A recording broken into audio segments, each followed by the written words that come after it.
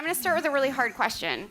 I don't think a lot of us, especially Americans, understand the connections between conflict and hunger. And I'm wondering if you can sort of give us an overview. Yeah. Well, it's great to be here. I have to say, I was sitting in the green room back there, sort of absorbing all of the conversations that have been going on, and I sort of forgot to prep for our conversation because it was so interesting. So maybe if I accidentally drop into artificial intelligence or regen ag or something, that's where my mind is at the moment. Connect it all. Connect it all. So I mean, for the longest time, we've known that conflict produces hunger. It's sort of a natural byproduct of the way that we do war and wage war. And that's true for every major crisis in human history, or every man-made crisis in human history. What we've been less interested in, I think, from an academic perspective and from, among lawmakers up on Capitol Hill, is how that relationship operates in the other direction, right? How food insecurity itself can be a driver of instability. And this is something that has sort of captured my imagination over the last 10 years. This started off, I think, during maybe the first Trump administration, when there was a notable desire to link why we engage in soft power and why we engage in humanitarian assistance with the very real national security implications of that. So we started, and there's been 2 reports that have come out through the World Food Program USA. One, Winning the Peace, Hunger and Instability, which we produced, I think, as far back as 2016 or 2017. And then a new product that came out 2 years ago called Dangerously Hungry. So if you're interested in this topic, I would encourage you to look at those publications.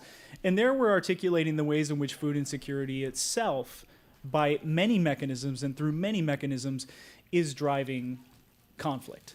And that happens, maybe we can get into this. I'm not sure what your follow-up is, but I think this is something that when we look at why people support aid programs, Right.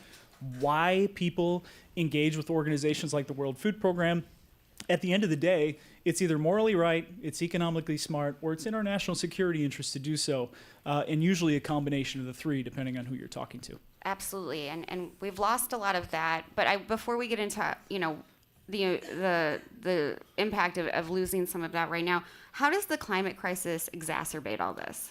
Well, at the same time that we've been spending more time thinking about food-related instability, the climate change and conflict literature has grown pretty dramatically. I mean, people are starting to look at the ways that food price spikes, or like temperature increases, rainfall variations, extreme events and tropical storms are impacting things like human migration, or are impacting agricultural productivity, which then leads to those downstream impacts on instability. So I think the bottom line is that the most compelling studies in that climate and conflict literature run through agriculture and food systems. Right. And if you go back into the early 1990s and you count the number of climate-related extreme events that we're responding to, organizations like WFP, you might in 1990 come up with maybe 90 or 100 of those events. Then you fast forward to today, and WFP is having to respond to over 200 such events. Yeah. Right, these are heat waves, these are tropical storms, these are changes in precipitation that are requiring some sort of institutional response. So to tie this all together, obviously climate change is a big driver of hunger around the planet today, but it is really